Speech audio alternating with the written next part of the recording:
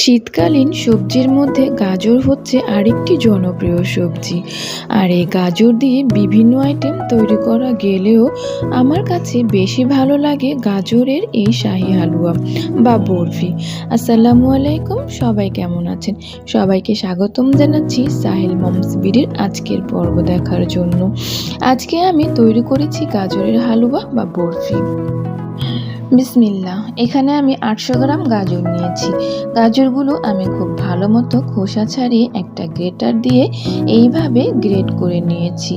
আমি একদম চিকন গ্রেটার দিয়ে গ্রেট করেছি। আপনারা চাইলে এর চেয়ে মোটা ছিদ্র দিয়েও গ্রেট করতে পারেন। গ্রেট করার পর গাজরটা ঠিক এইরকম হয়েছে। এইভাবে আমি সবগুলো গাজরই গ্রেট করে নিয়েছি। এবারে চলে যাচ্ছি তাহলে চুলাতে। একটা প্যানে দিয়ে দিচ্ছি 2 টেবিল চামচ ঘি। এর ভেতর দিয়ে দিব 1 টেবিল চামচ কিশমিশ, 2 টেবিল চামচ কাঠবাদাম কুচি, 2 টেবিল চামচ কাজু বাদাম কুচি। এবার ঘিয়ের সাথে এগুলোকে ভালোভাবে রোস্ট করে নিচ্ছি।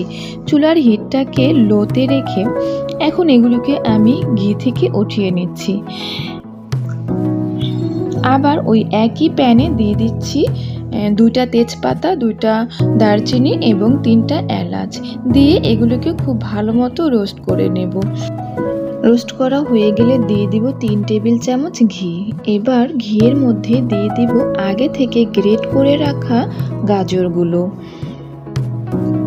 ঘিয়ের সাথে গাজরগুলোকে খুব ভালো মতো ভেজে নিতে হবে। আর এই হালুয়াটা তৈরি করতে ঘিয়ের পরিমাণ একটু বেশিই লাগে, তাহলে খুব সুন্দর একটা শাহি শাহি ফ্লেভার পাবেন। গাজরগুলোকে আমি প্রায় 14 মিনিট ঘিয়ের সাথে ভেজে নিয়েছি লো হিটে। এবার দিয়ে দিচ্ছি 1 কাপ লিকুইড দুধ দিয়ে গাজরগুলোকে খুব ভালো মতো নেড়ে ঢেকে রাখবো কুক হওয়া পর্যন্ত। এবার ঢাকনা দিয়ে ঢেকে জাল করতে থাকবো দুধটা টেনে আসা পর্যন্ত। দেখতে পাচ্ছেন আমার দুধটা একদম টেনে গিয়েছে এবং গাজরগুলো খুব ভালো মতো সিদ্ধ হয়ে গিয়েছে। এখন এর মাঝে দিয়ে দিব 1 কাপ চিনি। চিনিটা আপনারা চাইলে বাড়িয়ে বা কমিয়েও দিতে পারেন। আমি একটু বাড়িয়ে দিয়েছি কারণ আমি বরফি বানাবো, তাই। চিনিটা খুব ভালো মতো মেল্ট হয়ে গিয়েছে। এবার খুব ভালো মতো নাড়াচাড়া করে দিতে হবে। চিনির পানি অনেকটা শুকিয়ে গিয়েছে। এখন দিয়ে দিব আমি ড্রাই ফ্রুটগুলো দিয়ে খুব ভালো মতো নাড়াচাড়া করে দেব। দেখতে পাচ্ছেন আমার হালুয়াটা অনেকটা হয়ে গিয়েছে। এখন দিয়ে দেব আমি আধা কাপ দুধটা খুব ভালো মতো দিয়ে নাড়াচাড়া করে দেব। এই সময় দুধটা দিলে এর ভেতর শাহি শাহি একটা ফ্লেভার আসে এবং খেতেও খুব ভালো লাগে। এখন আমি নামিয়ে একটা প্লেটে স্প্রেড করে দেব গরম থাকা অবস্থায়। এবার এর ভেতর আমি আরও কিছু ড্রাই ফ্রুট দিয়ে দিব।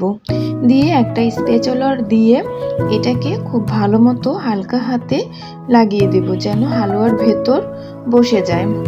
আমার আজকের ভিডিওটি যদি ভালো লাগে তাহলে অবশ্যই আমার চ্যানেলটিকে সাবস্ক্রাইব করে দিবেন এবং পাশে থাকা বেল বাটনটি বাজিয়ে দিবেন। দেখতে পাচ্ছেন কত সহজেই বানিয়ে ফেললাম গাজরের হালুয়া বা বরফি। আপনারাও চাইলে বাসায় এত সুন্দর করে গাজরের হালুয়া বা বরফি তৈরি করে খেতে পারেন। দেখতেও খুব সুন্দর আর খেতেও অনেক মজার হয়েছে।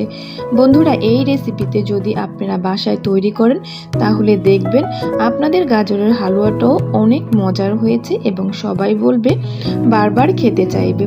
এই তো আমি একটা বরফি আপনাদের উঠে দেখাচ্ছি কতটা সফট এবং রসালো হয়েছে। এবার আমি আপনাদের একটা ভেঙে দেখাচ্ছি। দেখেন ভেতরটা কত সুন্দর হয়েছে। এতক্ষণ ভিডিওটি দেখার জন্য সবাইকে ধন্যবাদ। সবাই ভালো থাকবেন, সুস্থ থাকবেন। আসসালামু আলাইকুম।